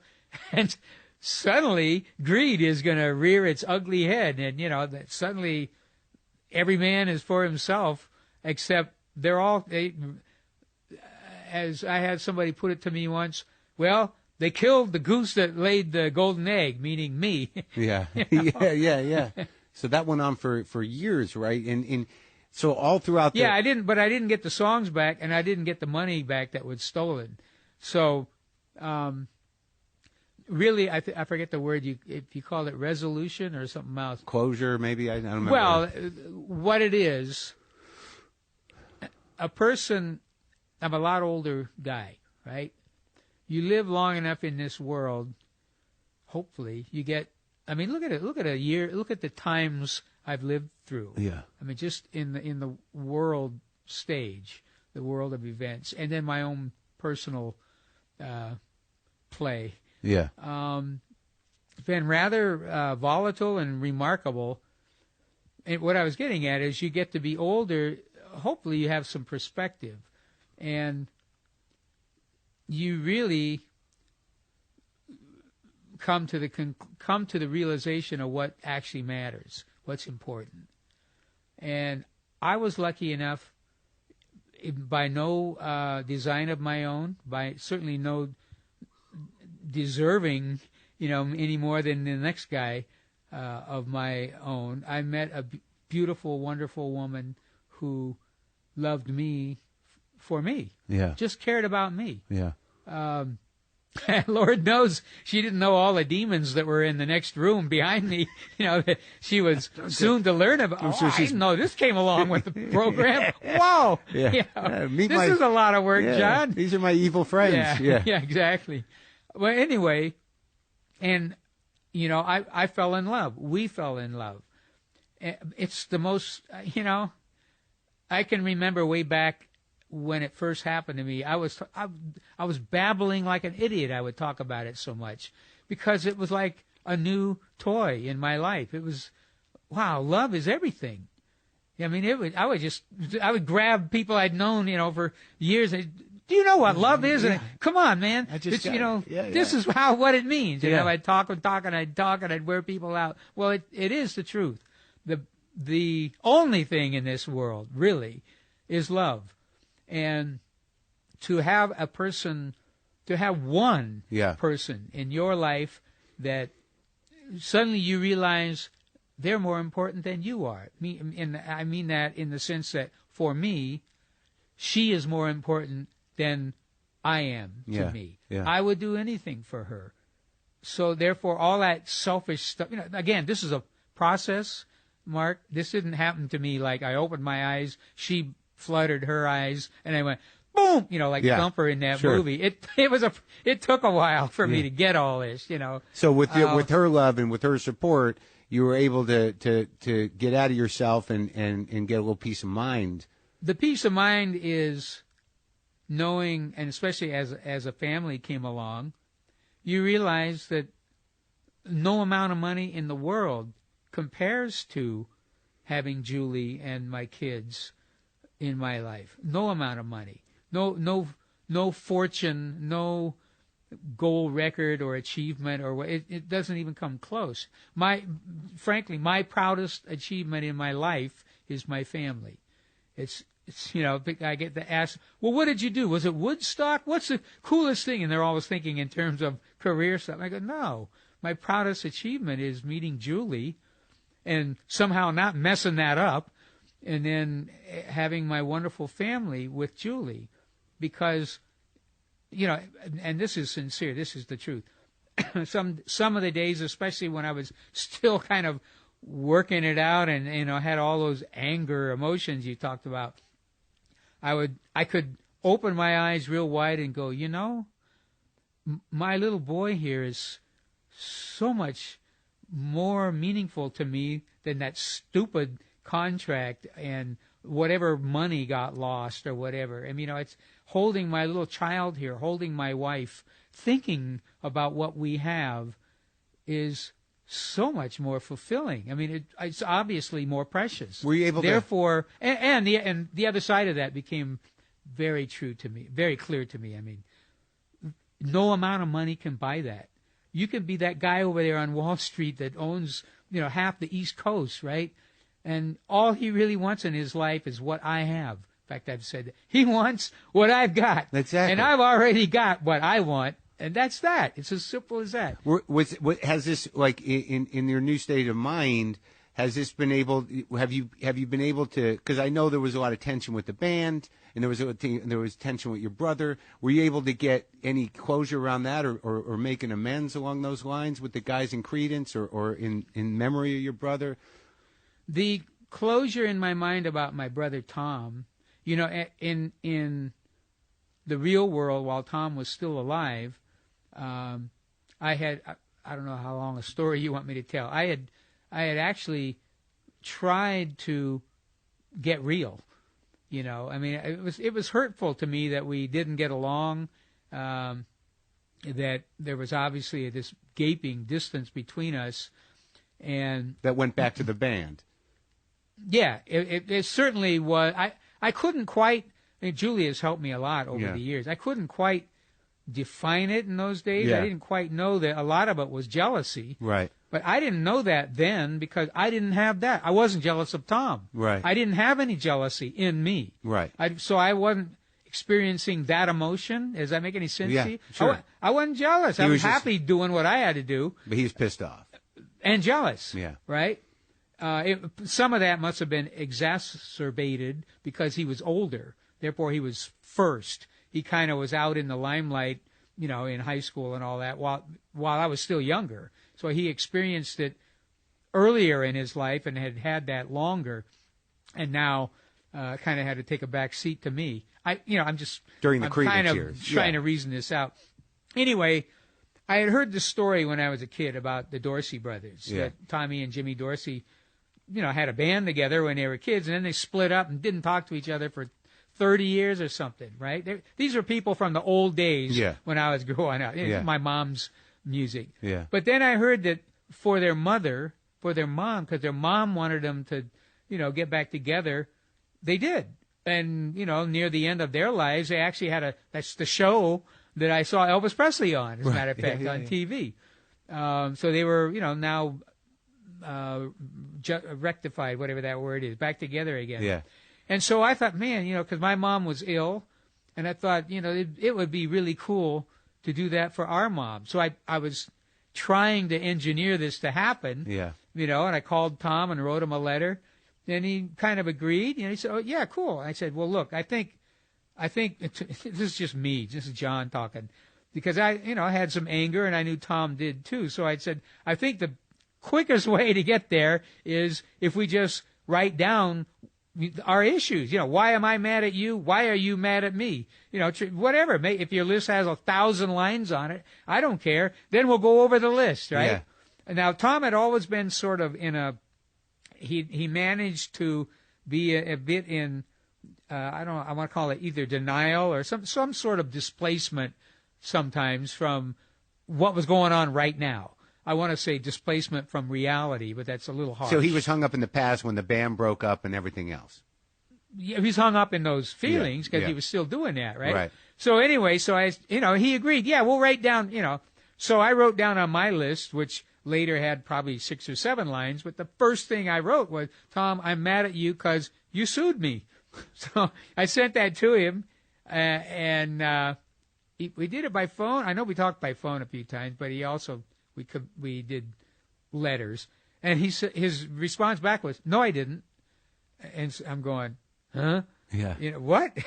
Because he sued you over the name? Well, yeah, he sued me over, it's very complicated, but at the time when all the money had disappeared from Creedence and all that.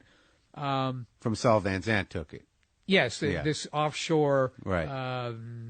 Offshore banking tax deferral thing. It's very clumsy or cumbersome to try and explain. But anyway, and so Tom kept saying, well, no, I didn't sue you. So finally I, found a copy of the lawsuit, first the cover page, that explains everything. And there's, Tom Fogerty and I think his wife, his name too, hereby sue or whatever, join John Fogerty, here's a copy of the thing, and I sent it to him. Just to, well, Tom, you did sue me. Yeah. Don't say you didn't sue me. I mean, we're not getting anywhere if you just deny what I've said. I'm mad because you sued me. Yeah. Right. So then his answer a little later was, well, what happened was in his mind, what had happened was the morning of the trial in 1983, Tom walked up to my attorney and he said, I don't want to sue John anymore. So in his mind, he wasn't suing me. Yeah. And so that's why he answered, I didn't sue you. Right. You're right. The Even paperwork was I'd had to give, I don't know how many depositions and file papers and all of that over those 6 years or whatever it was, defending myself against that. Whew. Yeah. Anyway, so we got past that one and we went on to whatever the second line was. We tried. Yeah. But, it was still sort of, this was really hard work for, everybody, I guess. Then Tom got ill. Yeah. Right? And he was dying. And a couple of times during that long ongoing process, Tom revealed to me, well, Saul Zaentz is my best friend. Ugh. And so, so whenever he'd say something like that, he's ill, right? Yeah, right. So I can't really contest it. Right. Or try to argue, no, he's not. Yeah. Because if the other guy says somebody's your best friend, you can't, how can you argue against it? That's what he believes. Yeah. Although, in my mind, I know that Saul Zaentz, you know what, Tom? He's using you, Tom. Sure. He's using you because now you won't go against him. You'll have you as an ally against me. So it kind of ended that way. Yeah, it just got complicated. That's pretty complicated, right? Yeah. So, Tom was being used, and Saul was a really evil person to do that. But to jump ahead in time to my wonderful life now, I've thought of, obviously, I think of my brother, the guy that we sat in a room dreaming about music and hearing Satisfaction in the car for the first time by the Rolling Stones and looking at each other that certain way when you hear something and go, oh, my God, listen to that, that sort of thing. Yeah. And I decided that, if Tom was here, we would talk about it. I forgive you, Tom. Yeah. And I know he would because I'm healed enough that I can forgive him. Yeah. It really doesn't matter. Yeah. You get that? Can you understand that? Sure. It's whatever it was that when I was angry, well, I'm not angry anymore. Those things don't matter anyway. Whatever money, whatever crap about Saul Zaentz, wherever, and I don't care. And they're because that's not what's important to me. Is my life here with Julie and my family. So you got peace in your heart around this stuff, right? That's good. So it's important to me, at least on my side of the ledger, to have said to myself, Tom, I forgive you. Meaning, whenever we do meet, it's we're in a state of grace as far as I'm concerned. That's beautiful, and you got inducted into the Hall of Fame, Rock and Roll Hall of Fame, and that must have been a big night, huh? Yeah, that's amazing. It lasted about 24 hours. Yeah. It was a great night. It was, I was happy. Our band, our music was being honored. As I said, I don't remember the whole speech, but I do know at some point I said something to the effect of, I know we've had our ups and downs or something like that. And I said, but after all, at some point in time, we made some pretty great music together. Yeah. And that's, after all, why we're here. Yeah. Right? Yeah. And then the mush hit the fan. Yeah. With the other guys? Yeah. Yeah. Is that resolved? No. It's, now. Yeah. What's hilarious to me, really, truly, I don't know. Some guy, a lot of playwrights, a lot wiser than me, have sort of been devil's advocate. Almost like the little devil himself up on the tree branch, looking down at humanity and just shaking their head at how easy it is to keep the little barnyard animals upset in every way, as Howlin' Wolf said. Little Red Rooster. I mean, quite innocently, just a couple of years ago, somebody was asking me, well, do you think there'll ever be a reunion? Because they always ask that question, right? Yeah. And the first thing that happened was, because I'm asked all the time, but this particular time, I said, wow, you know what just happened? He goes, what? I said, well, in the days gone by, I would always it's like you push the button and I go, no, you'll never have a reunion. Yeah. But this time it's like, I was just real easy going about it. I said, I don't know. Maybe it could happen. My knee didn't jerk, in other words. I didn't have an automatic response because I'm happy. Yeah. And I'm kind of looking out from my porch. Yeah. I got my little lemonade sitting here and I'm going, this big old world, you never know what's going to, I'm looking at the freeway across the lot over there and cars going this way and trucks going that way. And I don't know. You never know what might happen. So the guy prints that, right? He said, John seems kind of mellow about the idea that there might be a reunion, because I'm at peace. Yeah. Not a week went by, maybe 3 days. Yeah. The other guys are in somebody's article. No, it's too late. We're never going to have it. Yeah. And I read that, and I just kind of said to the wind, I guess they're still mad. Just a couple more questions. The performance at Woodstock. Is there any tape of that, man? Is there tape of that? Yeah. Oh, sure. Yeah. Yeah, I think probably the whole thing was more or less recorded. But you didn't want it in? Now, you have to eventually it has been used. Yeah. You have to remember way back at the time, we had played Woodstock. We followed the Grateful Dead. Talk about that hippie lifestyle you were talking about a while ago. Yeah. This would be probably the Technicolor poster boy example of all of it gone wrong. The Dead got on, the whole thing was running late anyway. Yeah. And we were supposed to be on at something like 10 o'clock. We were promised a really prime spot, prominent position on Saturday night. Well, it got to be past midnight, then it got to be 1. And then the Dead ambles on stage, and they play a few songs. Then their equipment breaks, and it's like, hey, Jerry! Yeah, man. Oh, where's my guitar? I don't know, man. The equipment broke, and so there was no music at Woodstock for 45 minutes or whatever, right? Yeah. Then finally they insist or persist on coming back out. They finally find the the electrical outlet, and they plug in an amp or whatever, and they start playing. By the way, it was "Turn On Your Love Light." Bobby Bland song. Well, yeah, I love that version. Yeah. But this was some white boys from Milpitas. Anyway, and so they played for like another 45 minutes after that. It's getting late. Yeah. So Creedence comes out finally on stage. I don't even know. Here they are, Creedence, Clearwater. They run out. We play our first song. It's probably Born on the Bayou. And we're trying to kick out the jams. And finally I look down at the people. Well, they're all asleep. They're all muddy, naked, and asleep. And so I'm stomping up and down. At some point, I literally walk up to the mic. It was to be a big opportunity for my little band from El Cerrito, right?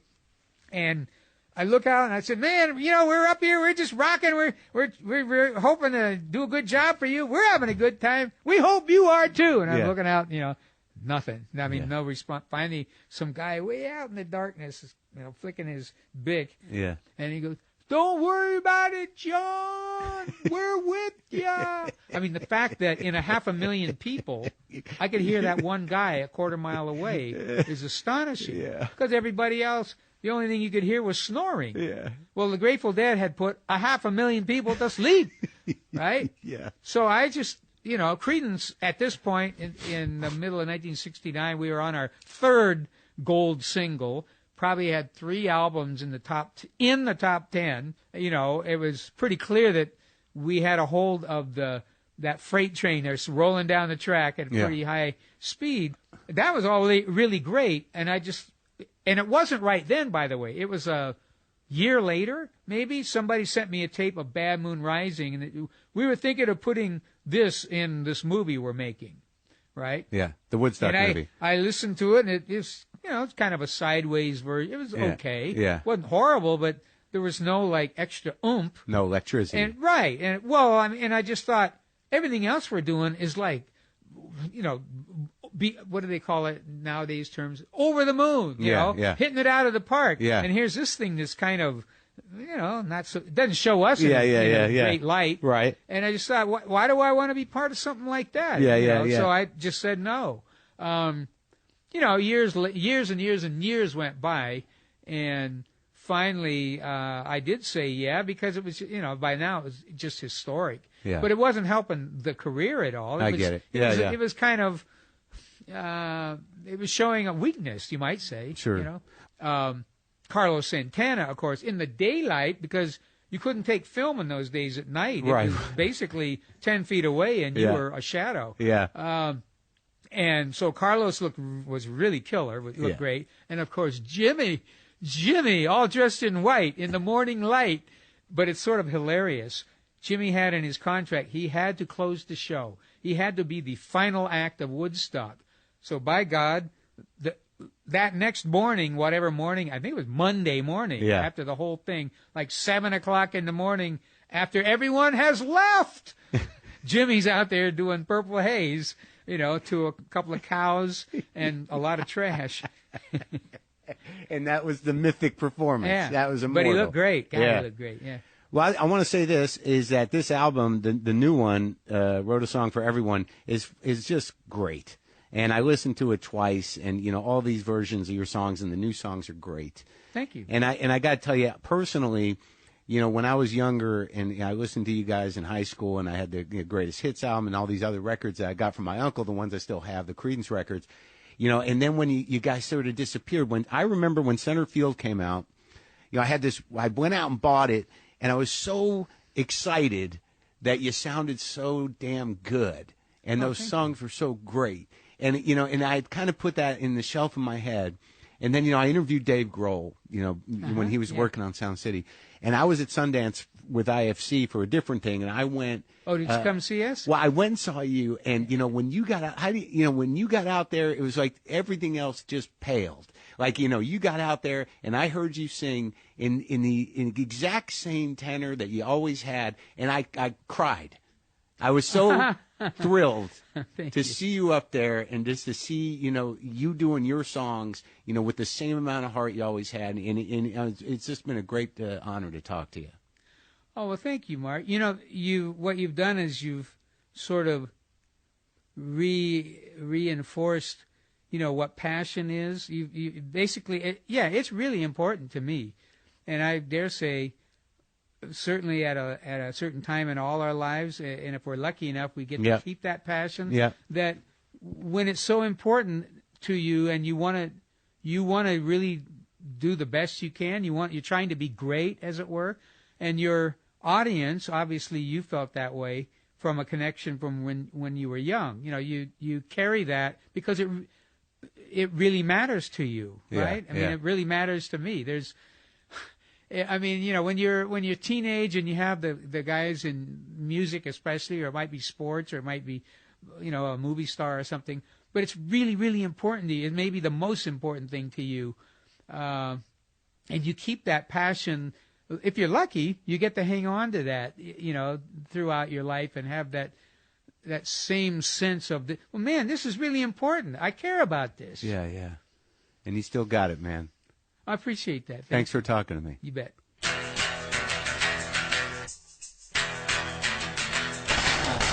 I was ecstatic driving away from that interview. I hope you enjoyed it. I listened to the record on the way back. I'm telling you, man, the version of As Long as I Can See the Light with My Morning Jacket, it's making me cry thinking about it. I swear to God. It was a real honor for me to meet him and talk to him. Just a very special day for me. I hope you enjoyed that. Let me tell you what I'm going to be doing. I'm going to be in Phoenix at Stand Up Live on Thursday, June 6th. I'm going to be doing a book event at Politics and Prose at 6 and I in Washington, D.C., Tuesday, June 11th. I will be doing a book event at Barnes & Noble in Union Square in New York City, June 12th. I will be doing a book event at the Bryant Park Summer Reading Series, hosted by Julie Klausner, I believe, June 13th. That's a Thursday. And I'll be at the Brattle Theater for the Harvard Bookstore on June 14th. That's Friday. My old stomping grounds. There's also an event with me and some of my writers and Bobcat Goldthwait and a couple of the writers going to be doing an event at the Paley Center here in Los Angeles on Tuesday, June 18th. And I'm sure other things will pop up between then and now. Don't forget, I'll be at the Ice House in Pasadena June 2nd, Los Angeles people, with Dave Anthony doing something. Get yourself some Just Coffee. I've actually got some right now. They should send me some. I'm almost out. Hold on. Haven't done one of these in a while. Pow! I just shit my pants. Look out. JustCoffee.com. .coop. Wow. Has been a while. Forgot the tag there. JustCoffee.coop. What else? I told you about Mike Lawrence's album. Mike Lawrence is a very funny kid. Go get it. Sadamantium. Yeah. And again, the music today was by the Zigzags. Mike's album comes out on the 20th. iTunes and Amazon. Zigzags did the music today. I have to go write my intro for John Fogerty for tomorrow night. What I should go with is, ladies and gentlemen, this man has made some of the, ladies and gentlemen, this rocker, ladies and gentlemen, are you ready for a great show? Are you ready for a great show? This guy needs no introduction. See, now it seems trite. This guy, ladies and gentlemen, the man I'm about to bring to the stage has written some of the most amazing